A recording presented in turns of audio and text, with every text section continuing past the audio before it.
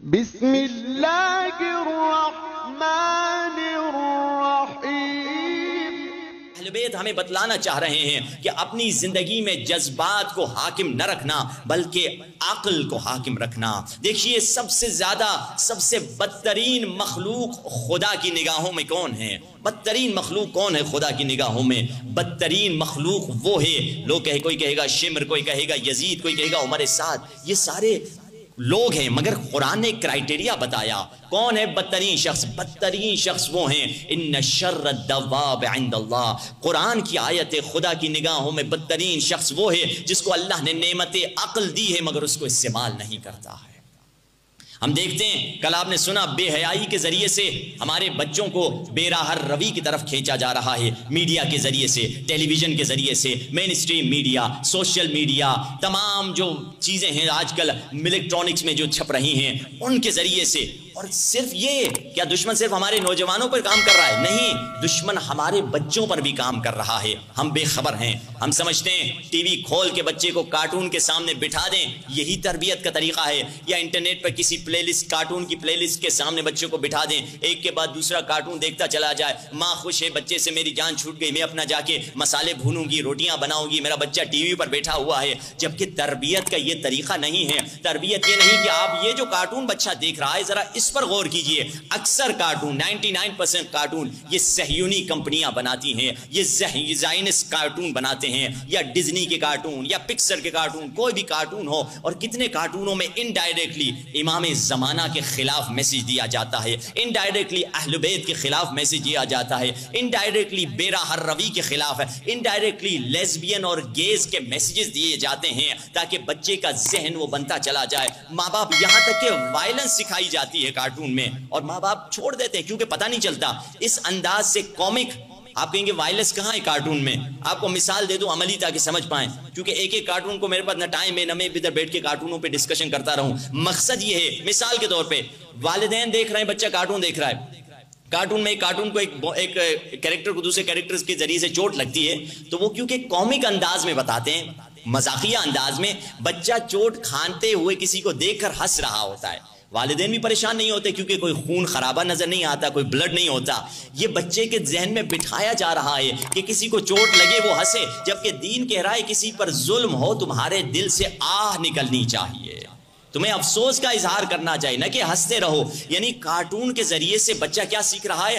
اپنا اس کا دل سخت ہوا جا رہا ہے، وائلنس سیکھتا چلا جا رہا ہے۔ اچھا کارٹون مجھے ایک دکھلا دیجئے، بہت مشکل ہے، بہت، اور کارٹون کی انڈسٹری بہت بڑی ہے، اس میں نوجوان آگے بڑھیں، خود اچھے کارٹون، اسلامی کارٹون یا اخلاقی کارٹون بنائیں۔ ملینز آف ڈالر کی بڑی انڈسٹری ہے اور ملینز آف ڈالر کما بھی سکتے ہیں۔ اینیمیشن کی جو انڈسٹری ہے، کارٹون کی انڈسٹری ہے، بچے کی جو پرسنالٹی 7 سال تک بن گئی پھر اس کو آپ بدل نہیں سکتے۔ اور 7 سال سے پہلے ہم نے میڈیا کے حوالے کر دیا ہے، اب 7 سال کے بعد ہاں ٹھیک ہے موقع ہے 14 سال تک بھی ایک پرسنالٹی بنتی ہے، مگر جو بیسک پرسنالٹی ہے وہ 7 سال تک بن چکی ہوتی ہے، اس میں ہم غور نہیں کرتے، ہم چھوڑ دیتے ہیں۔ بچے کی تربیت کون کرتا ہے؟ وہی کارٹون کر رہے ہوتے ہیں۔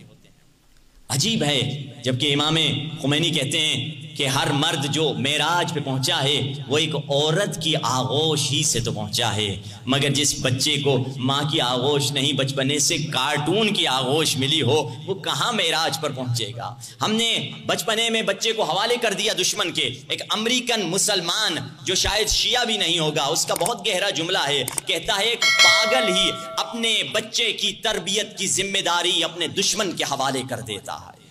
ہم نے اپنے بچوں کی ذمہ داری کارٹون کے حوالے کر دی ہے، اینیمیشن موویز کے حوالے کر دی ہے کہ وہی ہمارے بچے کی تربیت کریں۔ جب بچہ چھوٹا ہے کارٹون کے سامنے، جب بڑا ہوا پھر ہم نے اس کو گیمز میں بٹھا دیا، پلے اسٹیشن، ایکس باکس یا موبائل کی جو گیمز ہیں اس میں بٹھا دیا۔ اس میں بچہ کارٹون میں اس کا دل سخت ہو چکا ہے، اب اس میں خود قتل کر رہا ہے، وائلنس کر رہا ہے، کتنوں کے خون بہا رہا ہے، شمر صفت بنتا چلا جا رہا ہے۔ اور بڑا ہوا ہم نے اپنے نوجوانوں کو ہالی ووڈ اور بالی ووڈ کے سامنے بٹھا دیا، اس میں بے راہ روی، اس میں بے حیائی، اس میں یزید اور شمر کے کیریکٹر کو دیکھ رہا ہے۔ اب یہ بچے کو بچپنے سے جوانی تک ہم نے مکمل یزیدی ماحول فراہم کیا ہے اور امید رکھتے ہیں کہ ہمارا بچہ حسینی بن کے نکلے گا۔ کیا ممکن ہے؟ میڈیا کی ساری فیلڈز ہیں، کارٹون ایک فیلڈ ہے، خود موویز اور ڈرامہ ایک الگ فیلڈ ہیں جس میں ہمارے نوجوانوں کو آگے بڑھنا چاہیے. ظہور امام زمانہ کے لیے اگر کوئی خدمت کرنی ہے میں سمجھ رہا ہوں اس سے بڑھ کر کوئی خدمت نہیں ہوگی. امام خود فرماتے ہیں علیکم بالاحداث. جب بصرے کی طرف ایک شخص جا رہا تھا اس سے مولا سے پوچھا آپ کے دین کی کیا خدمت کروں؟ مولا نے کہا علیک بالاحداث. اگر تم چاہتے ہو ہمارے دین کی خدمت کرو بصرے میں جا کر چھوٹے بچوں پر کام کرنا شروع کرو. اور پھر مولا نے فرمایا العلم فی الصغر کالنقش علی الحجر. بچپنے میں علم پتھر پہ لکیر کی طرح ہے اور بڑے ہونے کے بعد علم پانی پہ لکیر کی طرح ہے.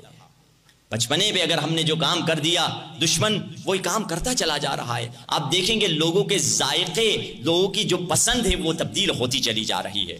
ایک چیز مثال کے طور پہ آپ پسند کرتے ہیں آپ کا بچہ پسند نہیں کرتا جبکہ اسی سوسائٹی میں پلا ہے وہی آپ کے ساتھ پلا ہے کیونکہ دیکھ دیکھ کر جو بچے یہاں تک کہ اب ماڈرن یہاں تک کہ کتنے ایسے کارٹونز میں باہر ملکوں میں آسٹریلیا میں ہم گئے کہا کہ ان بچوں کو یہ برگر نہیں دکھایا جائے. کیوں؟ کیونکہ یہ بچہ برگر دیکھ رہے ہیں تو زیادہ برگر جو چیز دیکھتے ہیں پھر ان کو وہی کھانے کا دل کرتا ہے. جب وہ کھاتے ہیں تو ان میں بہت زیادہ موٹاپا آ جاتا ہے. یعنی وہ صحت دنیاوی صحت کی وجہ سے وہ کر رہے ہیں. وہ دشمن سمجھ چکا ہے کہ جو بچے کو تم دکھاتے ہو وہی بچہ ویسا ہی اس کی پرسنالٹی بنتی چلی جاتی ہے. ان کو تو دین کی فکر نہیں ہے. اور یہ کارٹون کتنے ملین ڈالر کے خرچے میں بنتے ہیں. ایک ڈیڑھ گھنٹے کا کارٹون تقریباً 30 ملین ڈالر میں بنتا ہے. کیا دشمن آپ کے بچوں سے اتنی محبت کرتا ہے اتنے مہنگے مہنگے کارٹون آپ کے بچوں کو دکھا رہا ہوتا ہے؟ اس کے پیچھے مقصد ہے. اگر ہم عقل کو استعمال کریں تو مولا فرما رہے ہیں عقل سب سے عظیم ترین نعمت ہے. جو عقل کو استعمال نہیں کرتا وہ انسان شیطان کیا بدترین مخلوق دنیا میں وہ ہے جو عقل کو استعمال نہیں کرتا.